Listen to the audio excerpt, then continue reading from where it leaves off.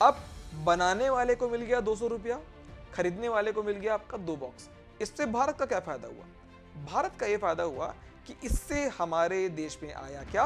Dollar के प्रभाव से हुआ ये कि जीवन का स्तर नीचे आ गया, बेरोजगारी बढ़ गई और वैश्विक व्यापार में हमको बहुत ज्यादा कमी देखने को मिली। भाई मान लो मुझे पैसा जमा करना है, मैंने कहा कि मुझे 100 रुपए जमा करना है, तो 100 रुपए को आईएमएफ मुझसे लेगा किस रूप में, ये भी हम देख लेते हैं। कि हमने इतना बढ़िया प्रयास किया कि आपको यूपीएससी का ऑल इंडिया रैंक 1 व्यक्ति that is Vivek Patel sir पढ़ा रहे हैं मेंस की क्लास, बट मेंस की जो कॉपियां हमारे पास आ रही है बहुत लिमिटेड है, और जो बहुत ज्यादा सिंसियर बच्चे हैं वही आ रहे हैं। जो एवरेज बच्चे हैं, जो पहली बार मेंस लिख रहे हैं, उनकी कॉपियां आ ही नहीं रही है।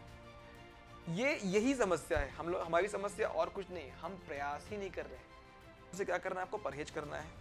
आपका जो डाइट प्लान है उसको डॉक्टर क्या करेगा? चेंज कर देगा और बोलेगा आपका जो रूटीन है, रूटीन को भी क्या करिए? आप ठीक करिए, और मैं कुछ साथ में मेडिसिन दे रहा हूं और कुछ टॉनिक दे रहा हूं, इससे आप क्या हो जाओगे? बहुत जल्दी ठीक हो जाओगे।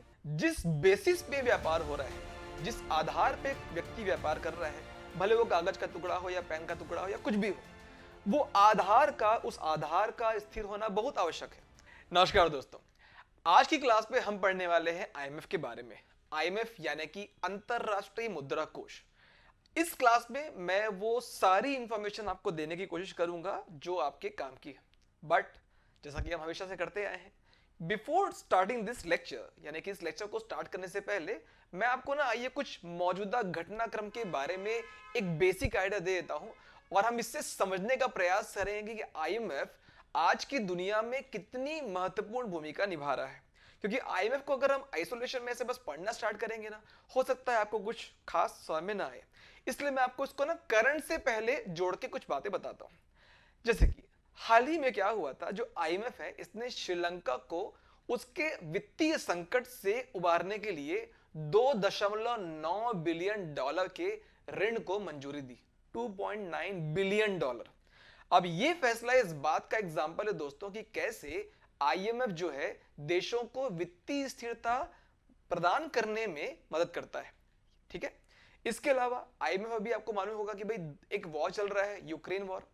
तो इस यूक्रेन वॉर में भी जितने भी आर्थिक प्रभाव हैं इनका आकलन कर रहा है और युद्धग्रस्त देशों को सहायता प्रदान करने की योजनाएं बना रहा है। यह भी आईएमएफ का हिस्सा है।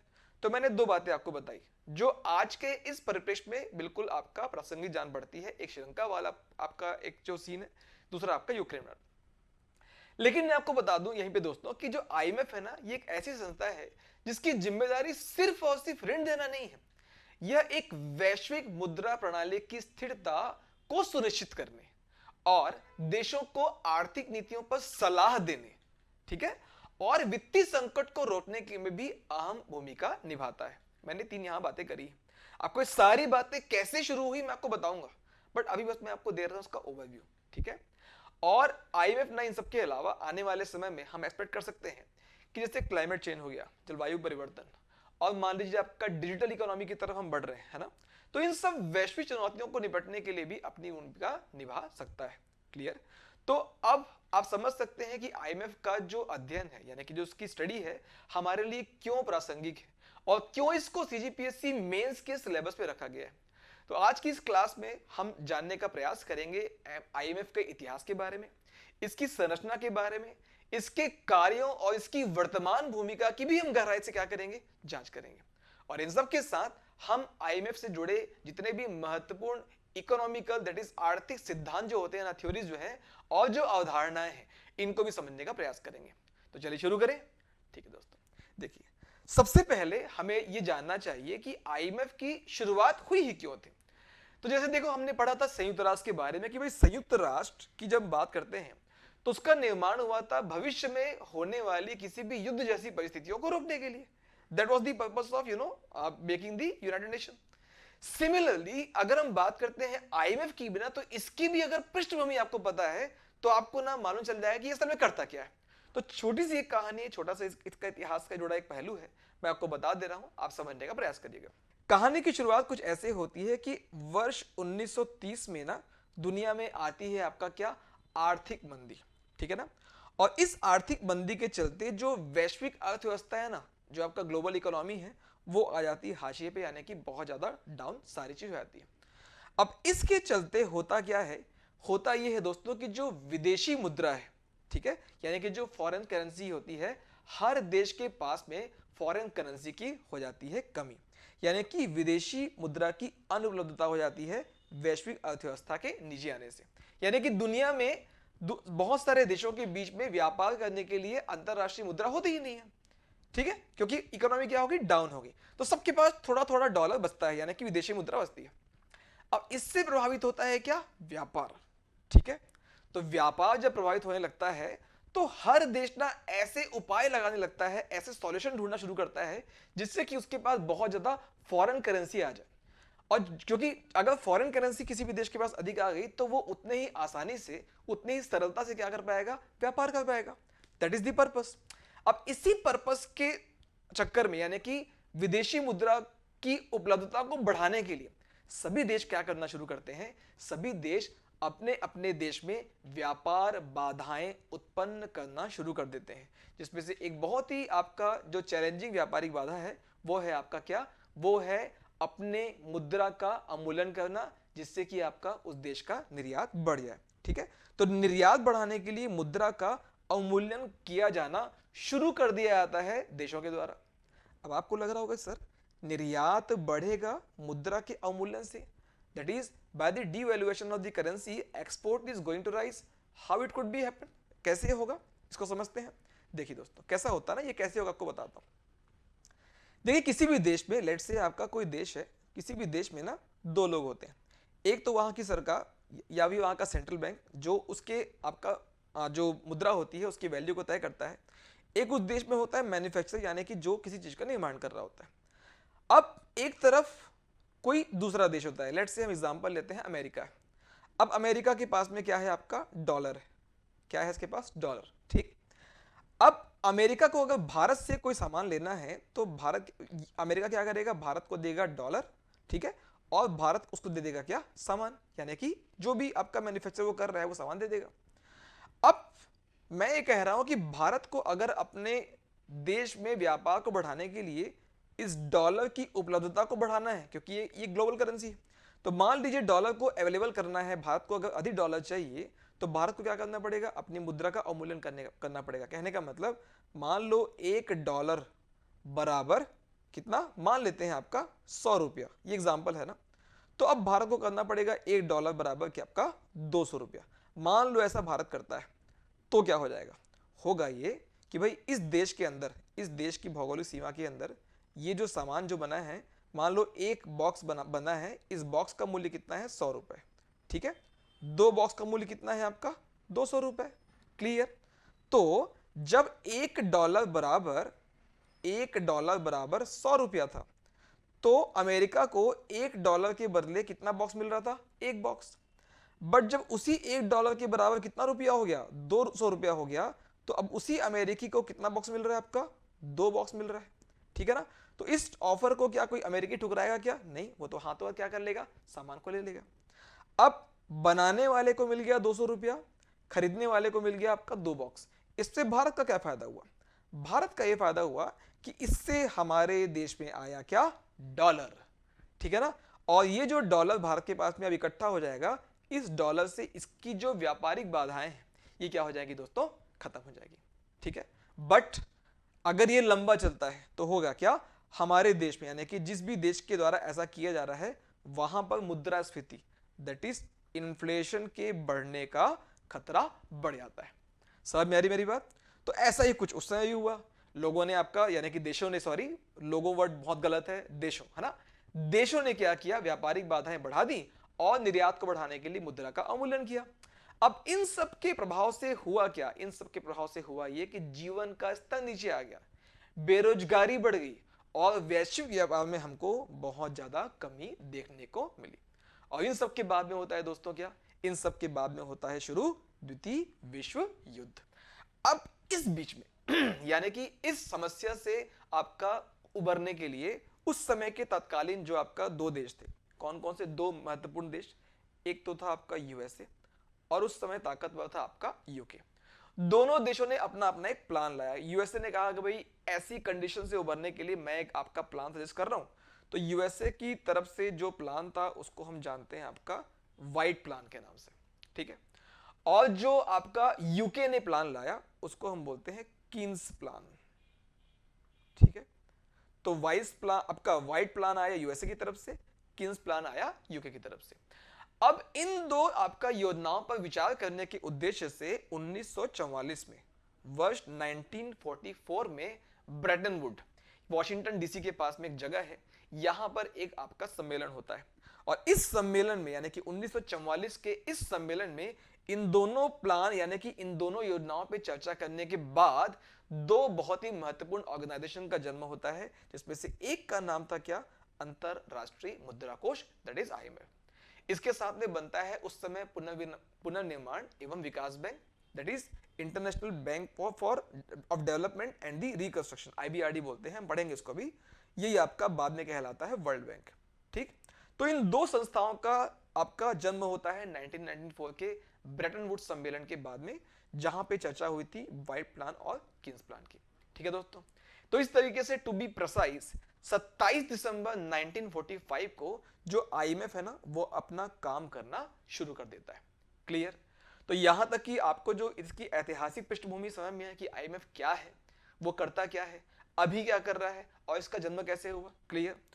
अब हम आते हैं आपका इसके उद्देश्य कि भाई इसके पर्पस क्या क्या है, ठीक है।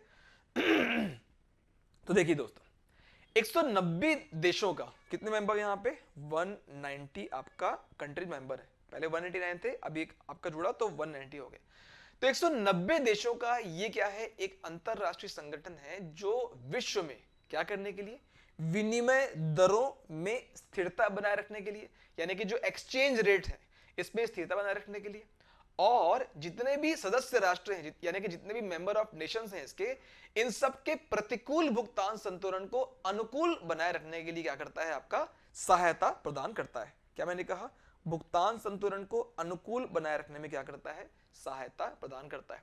देखिए दोस्तों क्या होता है ना, इसको आप ना ऐसे भी समझ सकते हो, मान लो आप हमको ना कभी भी पैसे की जरूरत पड़ती है तो हमारे पास भी ना दो टाइप का लोन होता है हमारे पास। बैंक में जब भी आप जाते हैं, अपने पेरेंट्स से बात करना कभी इस बारे में, अगर आप खुद भी नौकरी करते हो आप भी समझ सकते हो। हमारे पास हमेशा दो टाइप के लोन होते हैं, एक होता है होम लोन, एक होता है पर्सनल लोन। पर्सनल लोन आपको तुरंत मिल जाता है, आजकल क्रेडिट कार्ड में भी आपको ना की बेसिस में भी तुरंत आपको लोन दे दिया जाएगा। आपको बस बैंक में जाना है, बैंक नहीं भी जाओगे तो डिजिटली आपको बहुत जल्दी आजकल 1-2 लाख तो आसानी से मिल जाता है। उसका इंटरेस्ट रेट मगर क्या होता है, अधिक रहता है। तो किसी भी इमरजेंसी सिचुएशन में कोई वैसा लोन लेके भी अपनी उस इमरजेंसी वाले सिचुएशन से अपने आप को उबार सकता है और उसके बाद में उसको रीपे करके आगे बढ़ सकता है।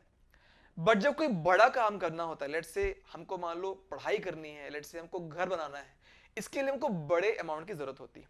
तो इसके लिए हम कम ब्याज दर वाले और लंबे ड्यूरेशन वाले लोन की तरफ जाते हैं, जो कि होता है आपका होम लोन। तो इसी क्रम में जैसा कि पर्सनल लोन है, जैसे कि क्रेडिट कार्ड के बेसिस में लोन मिलता है ना, वैसा ही लोन आईएमएफ प्रोवाइड करता है देशों को। मतलब it acts as a doctor, कि आप डॉक्टर के पास गए, उसने आपको दवाई दी, आप दवाई खाओ, उसकी जो बातें उसने आपको कही है उसको आप मान लो और उसके बाद में आपका स्वास्थ्य ठीक हो जाएगा। सिमिलरली श्रीलंका, पाकिस्तान, यूक्रेन की तरह अगर किसी देश का भी आर्थिक स्वास्थ्य, इकोनॉमिक हेल्थ अगर खराब हो जाती है ना, और वो स्थिति में नहीं होता कि अब वो खुद से ठीक हो पाए, तो वो तुरंत आपका रिक्वेस्ट करता है आईएमएफ को कि भैया मुझे लोन दे दो। आईएमएफ उसको लोन दे देता है कुछ आपका इंटरेस्ट रेट पे, और वो तुरंत उसको वापस भी कर देता है। बट लोन देने के साथ में आईएमएफ क्या करता है, कुछ सलाह भी देता है कि आपको मैं लोन इन शर्तों पे दूंगा, तभी आपको पैसा मिल पाएंगे, अदरवाइज पैसे नहीं मिल पाएंगे। यही कारण है कि पाकिस्तान को लेकर अभी आपका जो लोन देने की बात है उस पर सहमति बन नहीं पा रही है, क्योंकि जो कंडीशंस आईएमएफ ने रखे हैं पाकिस्तान अभी तक उन सारी कंडीशंस को मान नहीं पाया है। उसमें से एक कंडीशन तो लोकतांत्रिक आपका व्यवस्था वाली सरकार का होना भी। समझ में आ गई बात। तो ये है आपका क्या, किसका, आईएमएफ का उद्देश्य, ठीक है। अच्छा, इन सबके साथ साथ और क्या करता है, इन सबके साथ साथ जैसा कि मैंने आपको बताया, तो इन सबके साथ साथ जो आईएमएफ है ये मौद्रिक सहयोग को बढ़ाने के लिए, वित्तीय स्थिरता को लाने के लिए और अंतरराष्ट्रीय व्यापार में मदद करने और अधिक रोजगार व सतत आर्थिक विकास को प्रोत्साहन देने के साथ साथ जो गरीबी है ना पूरी दुनिया भर में, इन सब को कम करने के लिए भी क्या करता है दोस्तों, काम करता है। ठीक है, अगर फास्ट हो गया तो आप यहाँ पे देख भी सकते हो। क्या मैंने बताया? मैंने बताया कि इन सब सहायता के साथ साथ में ये क्या करता है, मौद्रिक सहयोग को बढ़ाने, यानी कि जो आपका इकोनॉमिकल, जो आपका मॉनिटरी, जो आपका एक दूसरे का असिस्टेंस होता है ना, उसको बढ़ाने के लिए, फाइनेंशियल आपका स्टेबिलिटी, वित्तीय स्थिरता को लाने के लिए, इंटरनेशनल व्यापार में मदद करने के लिए, एम्प्लॉयमेंट और आपका इकोनॉमिक डेवलपमेंट को मोटिवेट करने के लिए, दैट इज प्रोत्साहन देने के लिए, और साथ में क्या करने के लिए, विश्व भर में गरीबी को कम करने के लिए काम करता है। जितने भी वर्ड्स यहाँ पे हाईलाइटेड है ना, इन वर्ड्स पे आपको फोकस करना है। क्या बोल रहा है? मौद्रिक सहयोग बढ़ाना है। ठीक है, वित्तीय क्या करनी है, स्थिरता लानी है, अंतरराष्ट्रीय क्या, व्यापार में मदद करना। भाई देखो, कोई भी व्यापार अंतरराष्ट्रीय हो या फिर आपके देश का, जिस बेसिस पे व्यापार हो रहा है, जिस आधार पे व्यक्ति व्यापार कर रहा है, भले वो कागज का टुकड़ा हो या पेन का टुकड़ा हो या कुछ भी हो, वो आधार का, उस आधार का स्थिर होना बहुत आवश्यक है। अगर वो आधार ही स्थिर नहीं है, अगर जिस कागज पे मैं ट्रेड कर रहा हूं, अगर उस कागज का मूल्य ही स्थिर नहीं है, तो मेरा जो ट्रेड है ना, वो ट्रेड क्या सही से हो पाएगा? क्या नहीं हो पाएगा। तो अंतरराष्ट्रीय व्यापार को सुगम बनाने के लिए यह बहुत ज्यादा आवश्यक है कि आपकी जो मुद्रा है, वैश्विक मुद्रा, या उस संबंध में जो पूरी प्रणाली है वो कैसी हो, स्थिर हो। तो इसको रेगुलेट करने के लिए एक बॉडी होनी चाहिए, तो वो बॉडी है कौन सी? आईएमएफ। क्लियर है दोस्तों? तो इस प्रकार अगर हम आपका इसको कंक्लूड करें, तो इसका जो प्राइमरी टास्क, यानी कि जो प्राथमिक कार्य क्या होता है अंतरराष्ट्रीय मुद्रा कोष का, तो आप कह सकते हैं दोस्तों कि अंतरराष्ट्रीय मौद्रिक प्रणाली तथा भुगतान व विनिमय दरों में स्थिरता प्रदान करना है ना, और इन सब के साथ में व्यापार को बहुत ज्यादा सुदृढ़ करना किसकी जिम्मेदारी है? आपका आईएमएफ की। This is the primary role of the IMF. ठीक है ना? क्या मैंने कहा? अंतरराष्ट्रीय मौद्रिक प्रणाली, भुगतान व विनिमय दरों में क्या करना? स्थिरता प्रदान करके व्यापार के लिए आपका क्या करना? बहुत ज्यादा सक्षम, यानी कि बेहतरीन एक आपका फैसिलिटी या एनवायरनमेंट बनाना प्राथमिक कार्य होता है किसका? आईएमएफ का। ठीक, अच्छा। अब ये जो आईएमएफ के कार्य है ना, मैं आपको ना इसकी भूमिका को ना 3 अलग अलग जो हमारे आसपास प्रोफेशनल वर्कर्स होते हैं ना, उनके हिसाब से भी आपको समझा देता हूं, ताकि आपको इसका और भी बेहतर आइडिया हो जाए। क्या किया? देखिए, आईएमएफ की भूमिका मैं आपको समझाऊंगा एज अ डॉक्टर। डॉक्टर क्या करता है, हालांकि मैंने अभी आपको इसके बारे में बताया भी। एज अ डॉक्टर आईएमएफ क्या करता है हम देखेंगे। फिर मैं बताऊंगा एज अ गुरुजी, जैसे मान लो मैं गुरुजी हूं, ठीक है ना, टीचर हूं, तो टीचर की भूमिका में सॉरी, टीचर की भूमिका में आईएमएफ क्या करता है वो भी हम देख लेंगे, राइट। और उसके बाद हम देखेंगे कि एक बैंकर की भूमिका में भी आईएमएफ क्या करता है। ठीक है ना दोस्तों? तो मैंने आपको ये बता दिया, ऊपर मैंने आपको बता दिया इसके एम क्या है, उद्देश्य क्या है। अब मैं बता रहा हूं कार्य। कार्य में प्राथमिक कार्य पूछेगा तो ये मेंशन कर देना। अब एज अ डॉक्टर, टीचर और बैंकर, अगर आपको इसके कार्यों को अपने दिमाग में कॉन्सेप्ट के हिसाब से विजुअलाइज करके बैठाते हो ना, तो याद करने की आवश्यकता आपको नहीं पड़ने वाली। ठीक है, तो देखो एज अ डॉक्टर क्या करता है। एज अ डॉक्टर आईएमएफ क्या करता है, इस बारे में मैं आपको बताऊं उसके पहले आप ना बस डॉक्टर के बारे में सोचिए कि डॉक्टर आपको असल में क्या करता है। हम बीमार हुए, हम डॉक्टर के पास गए, डॉक्टर ने जांच करी, जांच करने के बाद में एक रिपोर्ट बनाई, लगा जरूरत पड़ा तो आपको टेस्ट भी करने के लिए बोला। उसके बाद क्या हो गया, डॉक्टर के पास आ गई आपकी टेस्ट की report. Now on the basis of that test report, है ना, क्या करेगा डॉक्टर? आपको कुछ रिकमेंड करेगा, यानी कि कुछ चीजों की अनुशंसा करेगा कि भैया आपको इस चीज से क्या करना है, इस चीजों से क्या करना है, आपको परहेज करना है। आपका जो डाइट प्लान है उसको डॉक्टर क्या करेगा, चेंज कर देगा, और बोलेगा आपका जो रूटीन है, रूटीन को भी क्या करिए आप, ठीक करिए, और मैं कुछ साथ में मेडिसिन दे रहा हूं और कुछ टॉनिक दे रहा हूं, इससे आप क्या हो जाओगे, बहुत जल्दी ठीक हो जाओगे। ठीक यही काम आपका आईएमएफ भी करता है। कैसे? वो क्या करेगा पता है? एज अ डॉक्टर वो बोलेगा, मतलब वो करेगा, जितने भी मेंबर कंट्रीज है ना, उनको सबसे पहले वो अल्पकालीन ऋण देगा, और ऐसा करके वो क्या करेगा, वित्तीय सहायता प्रदान करेगा, जिससे उस देश का क्या पहले सुधर जाए, सबसे पहले भुगतान संतुलन सुधरे, और उसकी जो मुद्रा है वो कैसी हो जाए, स्थिर हो जाए। ठीक है, तो क्या करता है, अल्पकालीन ऋण देता है एज अ डॉक्टर, जिससे उसकी क्या हो जाए, वित्तीय सहायता मिल जाए, और उसका भुगतान संतुलन सुधरे, और उसकी मुद्रा स्थिर हो जाए। ठीक है ना? तो जैसे हमारे घर का डॉक्टर हमारी हेल्प करता है, ठीक उस डॉक्टर की तरह आईएमएफ अपने मेंबर्स कंट्रीज को ऋण देता है, यानी कि वो टॉनिक देता है, और टॉनिक करने के देने के बाद में ये कुछ ऐसा प्रयास करता है जिससे उनका भुगतान संतुलन और जो मुद्रा है वो स्थिर हो जाए। क्लियर है? भुगतान संतुलन क्या है मेरे से अभी मत पूछना, क्योंकि देखो आप लोग मेंस की तैयारी कर रहे हो, अगर आपको भुगतान संतुलन नहीं पता है तो आपको अभी मेहनत करने की आवश्यकता है, मैं आपको बता दे रहा हूँ, ठीक है? तो क्योंकि मेरा लेक्चर वैसे में लंबा हो जाएगा बहुत ना, तो मुद्रा स्थिर हो और आपका भुगतान संतुलन सुधरे, इस संबंध में आपका आईएमएफ काम करता है। तो आपको जब आंसर लिखना है ना, तो आपको आंसर ऐसा मत लिख देना कि डॉक्टर के रूप में आईएमएफ की भूमिका ऐसी होती है, ऐसा मत लिखना आप लोग, मैं आपको बस समझाने के लिए बता रहा हूँ, ठीक है? तो आप बस ये लिखिएगा, आईएमएफ के कार्यों में आईएमएफ का कार्य होता है क्या? सदस्य देशों को अल्पकालीन ऋण देकर क्या करना? वित्तीय सहायता प्रदान करना, जिससे उस देश का भुगतान संतुलन सुधरे और मुद्रा कैसी हो जाए? स्थिर हो जाए। क्लियर है दोस्तों? अच्छा, डॉक्टर के बाद में शिक्षक की भूमिका। अब बताओ गुरुजी क्या करता है? जैसे कि मैं क्या कर रहा हूं भाई, मैं कर रहा हूं, अगर मैं एक शब्द में कहूं तो मैं कर रहा हूं आपका कैपेसिटी बिल्डिंग। कैपेसिटी बिल्डिंग मतलब आपकी क्षमता विकास करने का प्रयास कर रहा हूं। हालांकि ये बात अधिक अलग है कि उसके बावजूद भी ना कोई खास परिणाम मिल नहीं रहा है, क्योंकि ना बहुत ही कम, मैं सोचता हूँ, वही बात सोच रहा था मैं कि हमने इतना बढ़िया प्रयास किया कि आपको यूपीएससी का ऑल इंडिया रैंक 1 व्यक्ति that is Vivek Patel sir पढ़ा रहे हैं मेंस की क्लास, बट मेंस की जो कॉपियां हमारे पास आ रही है बहुत लिमिटेड है, और जो बहुत ज़्यादा सिंसियर बच्चे हैं वही आ रहे हैं, जो एवरेज बच्चे हैं जो पहली बार मेंस लिख रहे हैं उनकी कॉपियां आ ही नहीं रही हैं। यही समस्या है, हम लोग, हमारी समस्या और कुछ नहीं है, हम प्रयास ही नहीं कर रहे हैं।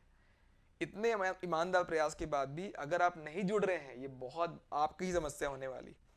वापस आता हूं इस टॉपिक पे। देखो गुरुजी यानी कि शिक्षक का किसकी का प्राइमरी काम क्या होता है?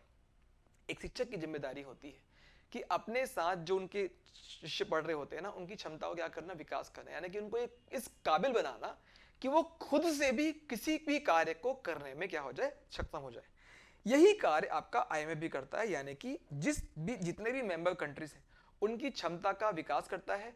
और क्षमता का विकास कैसे करेगा? देखिए, किसी भी देश की समस्या क्या होती है? किसी भी देश की समस्या होती है वहां का प्रशासन, जो कि आपका डिसिप्लिन नहीं होता है ना। तो प्रशासन में सुधार बहुत ही आपका महत्वपूर्ण एक कदम होता है आईएमएफ का, प्रशासन में सुधार। उसके बाद में मान लो देश की कर नीति यानी कि टैक्स पॉलिसी में कोई गड़बड़ है, तो उस कर नीति में क्या करता है? आपका सुधार करता है। इसके अलावा जितने भी उसके आपका मॉनेटरी पॉलिसी से, यानी कि उस देश की मुद्रा को नियमन यानी कि रेगुलेट करने वाली जो बॉडीज है, लेट से आपका फाइनेंस मिनिस्ट्री या फिर आपका सेंट्रल बैंक, हमारे देश में आरबीआई, तो इनको क्या करना? समय समय पे ट्रेनिंग प्रदान करना भी आपका किसकी जिम्मेदारी होती है? आपका आईएमएफ की। और इन सब के बाद जो हमारे पास आंकड़े आते हैं ना, दैट इज जो आपका डेटा आता है, वित्तीय आंकड़ा, इन सब का मैनेजमेंट करना भी सिखाता है कौन? आपका आईएमएफ। तो आईएमएफ के कार्य को इस तरीके से आप मिल सकते हो कि क्षमता विकास के रूप में आईएमएफ 4 कार्य करता है। क्लियर है ना? बहुत आसान है। सबसे पहले क्या करेंगे? प्रशासन में सुधार लेंगे। फिर जो प्रशासन क्या करता है? पॉलिसी बनाता है। तो प्रशासन की जो नीति है दैट इज टैक्स पॉलिसी, उसको हम ठीक करेंगे। अब नीति को इंप्लीमेंट कौन कर रहा है? मंत्रालय कर रहा है, सेंट्रल बैंक कर रहा है, तो उनको हम क्या करेंगे? ट्रेनिंग देंगे। और आखिरी में इतना सारा डेटा आएगा, उस डेटा को क्या कर देंगे? मैनेज करना भी सिखाएंगे। क्लियर? इस सब के बाद एक बैंक का क्या करता है? भाई मान लो बैंक ने आपको लोन दिया, तो बैंक वाला लोन देने से पहले आके जांच करता है आप जिस प्लॉट को ले रहे हो उस प्लॉट की, या जिस मकान को ले रहे हो उस मकान की, है ना। या फिर आपकी भी पहले जांच करता है बैंक, देखता है कि भाई जिसको मैं लोन दे रहा हूं वो वाकई में डिजर्विंग है कि नहीं।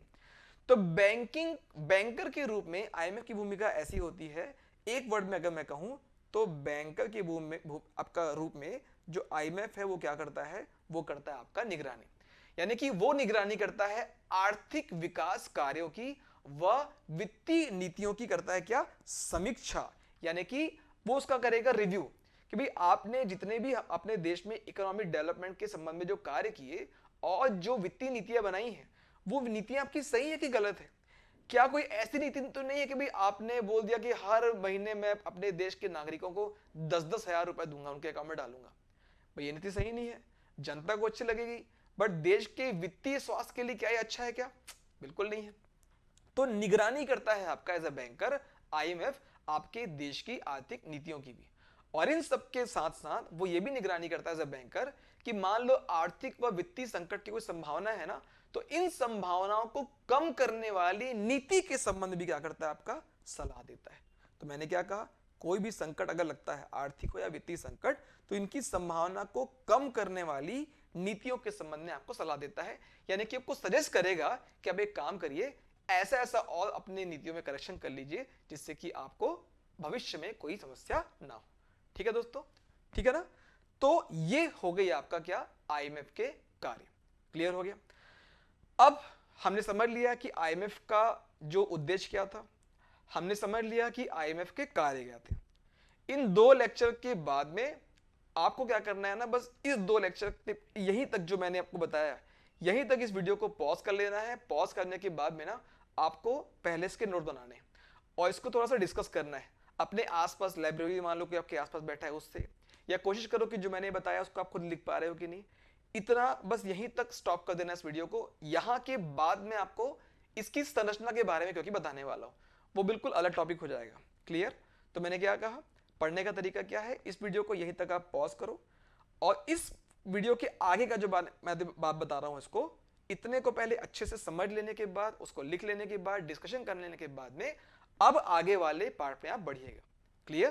तो अब मैं बढ़ रहा हूं आपका इसकी संरचना की तरफ, यानी कि अब हम ये जानने का प्रयास करेंगे कि जो आईएमएफ जिसकी हम इतनी देर से बात कर रहे हैं उसकी खुद की संरचना कैसी है, यानी कि जितने सारे काम जो मैंने आपको बताए उन सारे काम को करने के लिए आईएमएफ आपका किन किन प्रकार के अंगों का, दैट इज ऑर्गन्स का उपयोग करता है।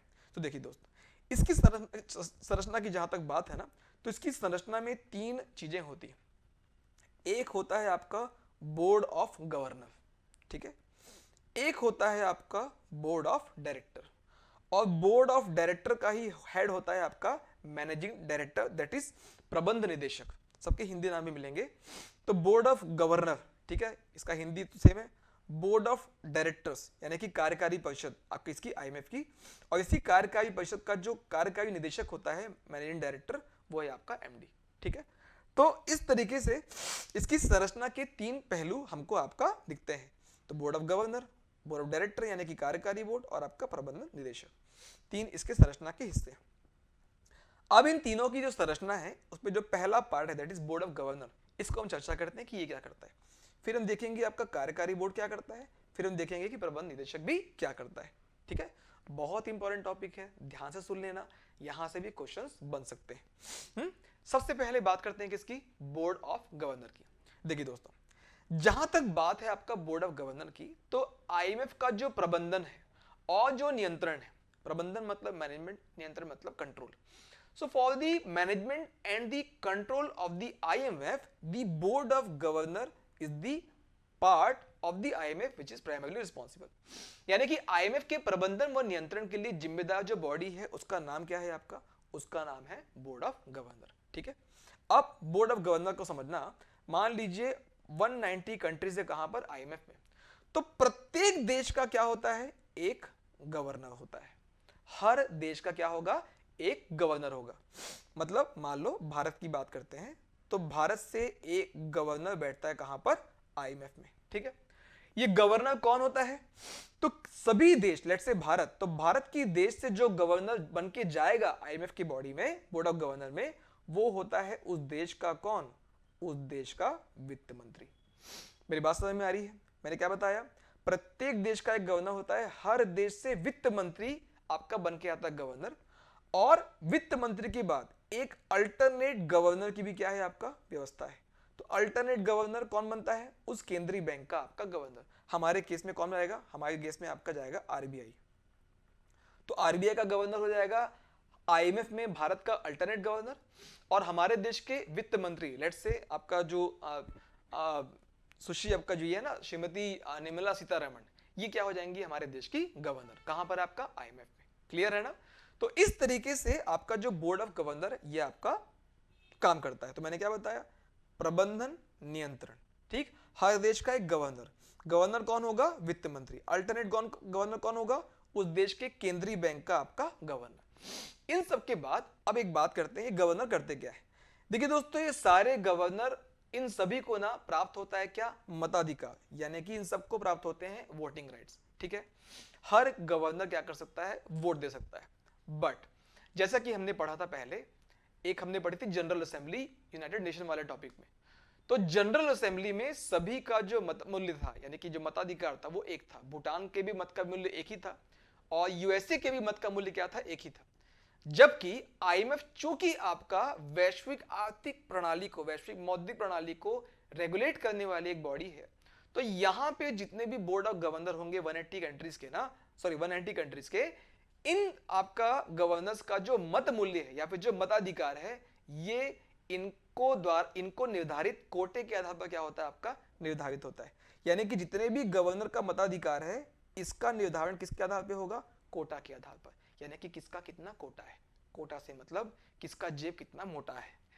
ठीक है, इससे मेरा मतलब क्या, देखो मान लो आपके पास बहुत सारे पैसे, ठीक है ना, इसको भी अगेन एग्जांपल समझते हैं। भाई लेट से मान लो हम कहीं घूमने के लिए जाते हैं या कहीं भी हम लोग को जब बैठते भी हैं आसपास, तो बहुत सारे टाइप के लोग होते हैं, हमारे फ्रेंड सर्कल में भी ऐसे बहुत सारे लोग होते हैं। अब मान लो कोई काम करना है, लेट से हमको मिलकर कोई कंपनी बनानी है। अब उस कंपनी में मान लो 4 पार्टनर है, 4 में से एक पार्टनर के पास में बहुत सारे पैसे, दूसरे पार्टनर के पास में उससे कम पैसे, एक पार्टनर के पास में बिल्कुल ही पैसे नहीं। अब इन चारों को मान लो बैठ के किसी बात पे निर्णय लेना है। ठीक है, तो निर्णय ले जब भी लिया जाएगा तो उसमें सबसे ज्यादा जो आपका डोमिनेटिंग जो स्टेटमेंट रहेगा, किसका रहेगा, उस व्यक्ति का जिसके पास अधिक पैसा है रहेगा ना, क्योंकि वो पैसा लगाया है उसने, बाकी तो काम कर रहे हैं। जिसने पैसा लगाया है उसका क्या हो जाता है, जो से है, यानी कि उसकी जो कहने का जो अथॉरिटी है वो अपने आप क्या हो जाती है, बढ़ जाती है। आईएमएफ भी इससे अलग नहीं है। जो देश ज्यादा पैसा इन्वेस्ट किए हैं आईएमएफ में, उन देशों का जो मताधिकार है उनको दिए गए कोटा के आधार पर अपने आप क्या हो जाता है, बढ़ जाता है।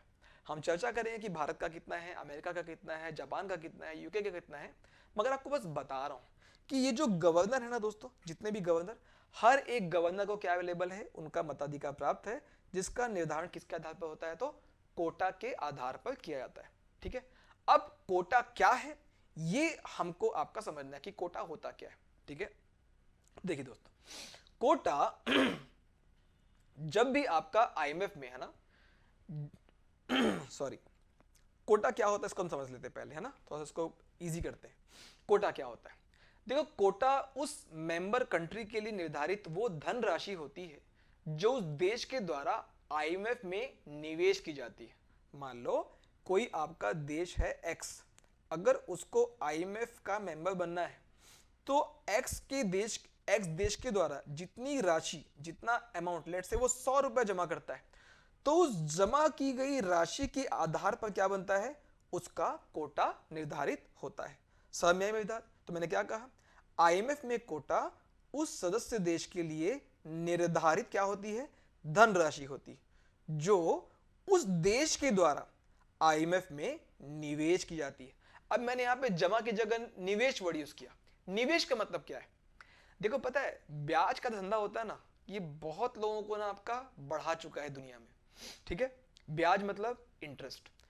आईएमएफ कर क्या रहा है, जो भी देश जिनका भी आपका फाइनेंस ठीक नहीं है उनको लोन दे रहा है। ठीक हमारे आपका समाज में रहने वाले कई लोग होते हैं ना जो ब्याज में पैसा बांटते हैं, तो ब्याज में पैसा बांटने वाले लोग हमेशा अमीर क्यों होते रहते हैं, क्योंकि वो लोगों की मजबूरी का फायदा उठाते हैं। मान लो कोई बहुत ज्यादा मजबूर है, किसी के घर में कोई आर्थिक संकट आ गया, उसको तुरंत बैंक लोन नहीं देगा, कौन लोन देगा, वो ब्याज देने वाला व्यक्ति, और उसका इंटरेस्ट रेट क्या रहेगा, हाई रहेगा। तो ब्याज देने वाले व्यक्ति के पास पैसे बांटने के लिए वो पैसे आते कहां से हैं, तो जिन लोगों के पास पे पैसे अधिक होते हैं ना, वो अपने पैसों को ब्याज देने वालों को दे देते हैं। ठीक है, और वो ब्याज को बांटता है, ब्याज को बांटे जो उसको आमदनी होती है उस आमदनी को अपने इन्वेस्टर्स को वो देता है। Same is the role of the IMF. IMF के जितने भी मेंबर कंट्रीज हैं वो अपनी निश्चित मात्रा में एक अमाउंट वहां पे जमा करते हैं। अब जब भी आईएमएफ उस अमाउंट को बांटता है, बांटने से उसके बाद जो इंटरेस्ट आता है उस इंटरेस्ट को अपने मेंबर कंट्रीज में बांट देता है। समझ में आई मेरी बात, तो इसीलिए मैंने ये वर्ड यूज किया, आपका निवेश की जाती है। ठीक है, तो जो कोटा होता है, जो है ना, जो मैंने बताया कोटा क्या होता है मैंने बता दिया, वो धनराशि होती है जो उस देश के द्वारा आईएमएफ में निवेश यानी कि इन्वेस्ट की जाती है। अब ये जो कोटा होता है ना, इसका निर्धारण कैसा होता है ये भी समझना पड़ेगा कि भाई किस देश का कितना कोटा होगा, इसको भी समझना पड़ेगा ना, अदरवाइज इलेक्टोरल बॉन्ड की तरह यहाँ भी सीन क्रिएट होगा कि भाई किसी कंपनी का अगर लॉस है तब भी वो कैसे आपका 100% कॉन्ट्रीब्यूशन कर रहा है। सिमिलरली यहाँ भी कोटा को निर्धारित करने के लिए उस देश की आर्थिक गतिविधियों, उत्पादन क्षमताओं और जो जितने भी कमर्शियल आपका बिजनेस है यानी कि वाणिज्यिक व्यवसाय है ना, इन सब के आधार पर हम क्या करते हैं, निर्धारित करते हैं। तो कोटा कैसे निर्धारित होगा इस बात पे निर्धारित होगा कि उस देश की गतिविधियां कैसी चल रही हैं, उसकी उत्पादन क्षमता कैसी है, वाणिज्य आपका जो कमर्शियल जितने भी आपका बिजनेसेस हैं वो कैसे रन हो रहे हैं, इन सारे बातों पर आपका कोटा का निर्धारण होता है।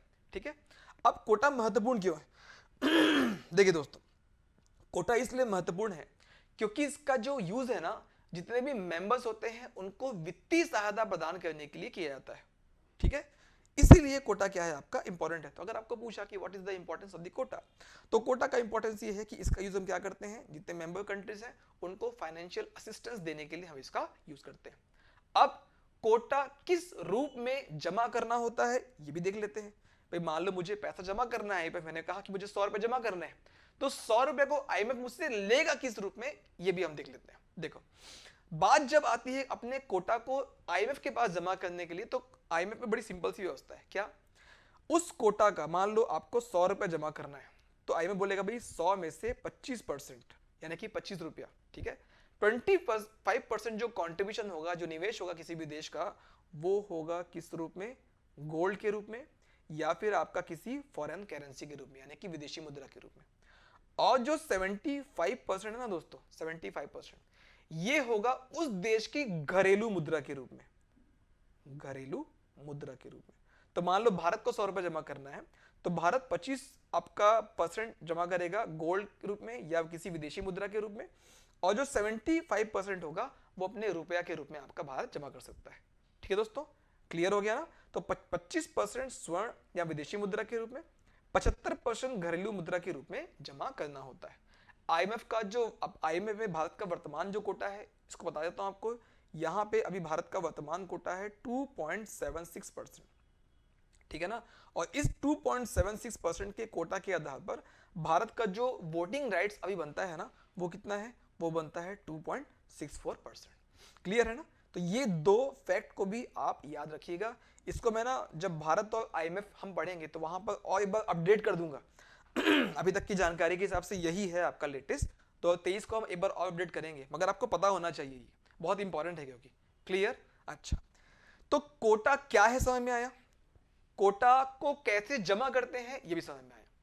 अब सवाल ये होता है कि कोटा का निर्धारण कौन करता है, हु विल डिसाइड कि कोटा कितना होगा किस देश का होगा। पैरामीटर्स क्लियर है, किस रूप में जमा करना है क्लियर है, ठीक है ना, किस बेसिस पे जमा करना है भी क्लियर है, बट किस बेसिस में जमा करना है इस बात को निर्धारित कौन करेगा, कौन बताएगा, हु विल डिसाइड। तो देखो दोस्तों, कोटा का निर्धारण करता है कौन, बोर्ड ऑफ गवर्नर। कौन करता है, बोर्ड ऑफ गवर्नर। तो बोर्ड ऑफ गवर्नर के द्वारा कोटा का निर्धारण होता है। अब यहां पर भी एक बात आती है कि जब बोर्ड ऑफ गवर्नर डिसाइड करेगा कि कोटा कितना होगा, तो उसके भी डिसाइड करने का आधार क्या होगा, on what basis the quota of a particular nation would be decided by the board of governor. So answer is very simple. मैं आपको एक छोटा सा ट्रिक बताता हूँ, ट्रिक आपके बहुत काम का है, specially for the English medium. Hindi medium वाले थोड़ा सा एफर्ट करोगे तो आपको भी आसान हो जाएगा। क्या है भाई, आपको बोलना है ईगो। ईगो का मतलब क्या होता है, आई। ये 4 वर्ड आपको पता है तो आपका ये जो कोटा को निर्धारण करने के लिए जो चीज आवश्यक है, ये जो बात आपको एकदम याद हो जाएगी। कैसे, देखो, E for what, E for English में होता है इकोनॉमिक वेरिएबिलिटी, वेरिएबिलिटी यानी कि आर्थिक परिवर्तनशीलता। जी का मतलब क्या होता है, जीडा का मतलब होता है जीडीपी यानी कि ग्रॉस डोमेस्टिक प्रोडक्ट, सकल घरेलू उत्पाद। 50% तो ये अकेला ही डिसाइड करता है कि कोटा कितना होगा, जबकि जो इकोनॉमिक वेरिएबिलिटी वाला पोर्शन है ना, 15% डिसाइड करता है कि कितना होगा। तीसरा, ईगो में ओ मतलब ओपननेस ऑफ द इकोनॉमी यानी कि अर्थव्यवस्था का खुलापन, इसका प्रतिशत है 30%। और लास्ट में है दोस्तों आई फॉर मतलब क्या होता है, इंटरनेशनल रिजर्व यानी कि आपके पास कितना अंतरराष्ट्रीय आपका कोष है, तो इसका परसेंट है 5%। तो किसी भी देश का जो जीडीपी है वो उस देश के कोटा को निर्धारण करने में 50% की भूमिका निभाता है। वहीं उस देश की जो आर्थिक परिवर्तनशीलता है, यानी कि उस देश की जितनी भी एडप्टेबिलिटी है, भाई मान लो कोई देश आपका ऐसा है जो बहुत बढ़िया तरीके से किसी भी इकोनॉमिक चेंज को अडॉप्ट कर सकता है, जैसे कि भारत ने किया था 1991 में जब हमारे आया था एलपीजी। तो एलपीजी अचानक से तो ही ना आया था जी, हमारे पास पैसा नहीं था, हमने सोना गिरवी रखा हुआ था, तो अब आईएमएफ से पैसा लेना था। आईएमएफ बोला कि भाई देखो तुम लोग बहुत दिन वेट कर लिए हो, बहुत अपने देश को रोक लिए हो, तुम लोग बाहर से माल आने देते हो नहीं, खुद ही बना रहे हो, ऐसे में काम नहीं चलेगा, मैं जो बोल रहा हूँ वो काम करोगे तो तुमको पैसा मिलेगा। तो भारत के उस समय नरसिम्हा राव थे तत्कालीन आपका प्रधानमंत्री, वित्त मंत्री थे हमारे मनमोहन सिंह जी। तो उस समय फिर आपका भारत ने पूछा तो क्या करें, तो उनको कहा गया कि आप अपनी अर्थव्यवस्था को खोलिए। तो वर्ड आया लिबरलाइजेशन, प्राइवेटाइजेशन और ग्लोबलाइजेशन। क्लियर। तो एलपीजी की स्कीम जो भारत में आई ना 1991 में, आईएमएफ के कहने पे ही आई थी, और उसका परिणाम देखिए आज आज हम लोग 5 ट्रिलियन वाली इकोनॉमी की तरफ बढ़ रहे हैं, क्या स्पीड से बढ़ रहे हैं, है ना। मेरी बात समझ में आ रही है? मैं क्या बोल रहा था, मैं ये कह रहा था कि बोर्ड ऑफ गवर्नर के द्वारा इन आपका बिंदुओं के आधार पर तय किया जाता है कि किसी देश का जो कोटा है वो कितना होगा। क्लियर हो गया? ठीक है दोस्तों, एकदम क्लियर हो रहा है ना। कोई भी डाउट आता है, कोई भी समस्या आती है, प्लीज कमेंट में मेंशन करना, और आप लोग शेयर करो हमारे एफर्ट को। भाई आप लोग लाइक वाइक भी कम कर रहे हो, कर दो ना, क्या जाता है, कर दो भाई, शेयर करिए हमारे एफर्ट को। अगर समस्या होती तो आप आइए। मैं आज एक बात की घोषणा भी कर रहा हूँ, जितने भी इंग्लिश मीडियम के एस्पिरेंट्स हैं, चाहे वो प्रीलिम्स के हो या फिर आपका मेंस के, we are starting a very serious batch for the aspirants of the English medium here in Raipur and in Bhilai. ठीक है, तो अगर आपको इंग्लिश मीडियम में अपनी तैयारी करनी है और सच में अगर एकदम सेलेक्ट होने की ठान लिए हो ना, तो हमारे यहाँ भी आइएगा। हमारे यहाँ एक डिटेल में बहुत ही बढ़िया प्रोग्राम बनाया गया है, जहाँ पर न सिर्फ क्लासेस हैं बल्कि उसके साथ में लाइब्रेरी की भी सुविधा है, और लाइब्रेरी के साथ में हॉस्टल की फैसिलिटी भी आपको दे रहे हैं। और ये जितनी फैसिलिटीज दैट इज क्लास हो गया, टेस्ट सीरीज हो गया, लाइब्रेरी हो गया, हॉस्टल हो गया, these 4 facilities would be directly regulated by myself and the Vivek Patel sir, who is again all India rank 1, right. तो हम इसको रेगुलेट करेंगे, और हम ना बिल्कुल एक बहुत ही बेहतरीन बैच बना रहे हैं, जहां पर ना जो पढ़ने वाले बच्चे हैं, जिनको अपने करियर को वाकई में शेप करना है, सही में कुछ करना चाहते हैं ना, तो वो आ सकते हैं, हमारी लाइब्रेरी में रह के पढ़ाई कर सकते हैं, हमारी गाइडेंस से पढ़ाई करेंगे, मगर शर्त बस ये है आपको हमारी गाइडेंस से पढ़ाई करना पड़ेगा। बेटा देखो अभी ना मार्केट अलग ही टाइप का है, मार्केट से मेरा मतलब है ये एक धंधा बन गया है, पढ़ाना, टाइम वेस्ट करना, जो चीज़ इंपॉर्टेंट नहीं है उस पर आपका बहुत ज़्यादा समय व्यतीत करना, आपको नहीं आपका करना है। कल मेरे से एक कमेंट में किसी बच्चे ने पूछ रहा था, सर पॉलिटी पढ़ा दो। अरे पॉलिटी अब थोड़ा सा आने वाला है, अधिक नहीं आने वाला, वहां से बहुत कम क्वेश्चन आने वाला है, और जितना क्वेश्चन आपने पढ़ा ना प्रीलिम्स में उतने से बन जाएगा पॉलिटी। संविधान उतना इंपॉर्टेंट नहीं है। मेरी बात समझ में आ रही है? आपको पढ़ना है सेक्शन 1 सेक्शन 3, मैं खुद सेक्शन 2 पढ़ा रहा हूं, तब भी इस बात को कह रहा हूं। मैं इतना इसलिए पढ़ा रहा हूं ताकि आपको समझ में आ जाए, अंडरस्टैंडिंग आपकी डेवलप हो जाए। इससे ज्यादा कुछ करने की जरूरत नहीं है। अगर इससे अधिक आप कर रहे हो तो अपना समय बर्बाद कर रहे हो। अपने साथ न्याय करना है, और हमेशा ना जो डाउट वाली बात होती है, किसी ना किसी चीज पे डाउट आपको हमेशा करना चाहिए, तभी आप धीरे धीरे आगे बढ़ सकते हो। और मैं ये कह रहा हूं कि अपने ऊपर भी एक बार डाउट किया करो कि जिस तरीके से मैं पढ़ाई कर रहा हूं या पढ़ाई कर रही हूँ वो सही है कि गलत है। क्योंकि हर दिन क्लास में जाने के बाद और वहां से आने के बाद आपका लेवल एक स्टेप अप होना चाहिए, नीचे बिल्कुल नहीं आना चाहिए। किसी भी कारण से अगर नीचे आ रहा है तो आपको उस रीजन को चेक करना चाहिए। मेरी बात समझ में आ रही है? तो वंस अगेन मैं कह रहा हूँ, इंग्लिश मीडियम का हमारा जो बैच है वो मंडे से स्टार्ट हो रहा है। जितने भी इंग्लिश मीडियम के एस्पिरेंट है, कहीं भी हो, वो मंडे को हमारे रायपुर के सेंटर में द्रोणाचार्य स्कूल के सामने आ सकते हैं। भिलाई में भी, स्मृति नगर में हम अवेलेबल हैं, यहाँ पर भी आप हमसे आकर मिल सकते हैं। बेकरी जो आपका जायका बेकरी, उसके बगल में हमारा आपका सेंटर है। क्लियर? या फिर सेक्टर 10 शॉप नंबर 305 में भी हमारा एक ब्रांच है भिलाई में ही, वहां पर भी आप आके हमसे मिल सकते हैं। ठीक है ना? ठीक है, तो अब जो हमने बोर्ड ऑफ गवर्नर के बारे में बातें बताई थी, आपको क्लियर हो रही? बोर्ड ऑफ गवर्नर क्या करता है, मैंने आपको बताया था। बोर्ड ऑफ गवर्नर क्या करता है? बोर्ड ऑफ गवर्नर आईएमएफ के नियंत्रण के लिए जिम्मेदार है। हर देश का एक गवर्नर होता है, वित्त मंत्री मताधिकार प्राप्त होता है। इन सब के अलावा मान लीजिए कोई नया देश है ना, मान लीजिए किसी नए मेंबर को शामिल करना है ना, तो उस नए मेंबर को शामिल करने की जिम्मेदारी भी किसकी होती है? बोर्ड ऑफ गवर्नर की होती है। तो यहाँ पे अभी मैंने आपको एक्सप्लेन किया था मताधिकार वाला पार्ट, जिसका निर्धारण कोटा के आधार पर होता है। फिर मैंने बताया कि कोटा का निर्धारण कौन करता है, तो हमने आंसर दिया बोर्ड ऑफ गवर्नर करता है। कैसे करता है, तो मैंने बताया ईगो आई के बेसिस पे करता है। ठीक है ना, ये ईगो आई क्या है आप रिवाइज कर सकते हैं। क्लियर दोस्तों, तो ये सारे काम हो गए किसके, बोर्ड ऑफ गवर्नर के। ठीक है ना। अच्छा, बोर्ड ऑफ गवर्नर की बात में इसकी जो संरचना है उसका दूसरा हिस्सा क्या था, इसकी संरचना का दूसरा हिस्सा था कौन, कार्यकारी बोर्ड, यानी कि एग्जीक्यूटिव बोर्ड, किसका, आईएमएफ का। ये क्या करता है, देखिए दोस्तों, आईएमएफ में जो कार्यकारी बोर्ड है ना, ये संगठन का, दैट इज आईएमएफ का सर्वोच्च निर्णय लेने वाला निकाय है। यानी कि जो एग्जीक्यूटिव बोर्ड है, इसको क्या करना है, एग्जीक्यूट करना है। एग्जीक्यूट करने के लिए क्या करना पड़ेगा, आपको निर्णय लेना पड़ेगा, है ना, डिसीजन लेना पड़ेगा। तो सर्वोच्च निर्णय लेने वाला जो बॉडी है आईएमएफ का, वो कौन है, आपका कार्यकारी बोर्ड। ठीक है, यह 24 कार्यकारी निदेशकों से बना होता है जो आईएमएफ के सदस्य देशों का रिप्रेजेंटेशन करते हैं। इसको आप ऐसे समझना, जैसे आईएमएफ में एक था आपका बोर्ड ऑफ गवर्नर, कितने मेंबर यहाँ पे हैं, 190। ठीक, हम बात कर रहे हैं किसकी, इसकी आईएमएफ की। ठीक है, तो आईएमएफ में एक है बोर्ड ऑफ गवर्नर जहां पे 190 कंट्रीज। अब ये सारे के सारे मिलके हुए इंप्लीमेंटेशन पे जाएंगे, डिसीजन लेने पे जाएंगे, तो बात नहीं बनेगी। तो इन 190 कंट्रीज में से हमने 24 लोगों को निकाला और बनाया क्या, कार्यकारी बोर्ड, यानी कि आपका एग्जीक्यूटिव बोर्ड।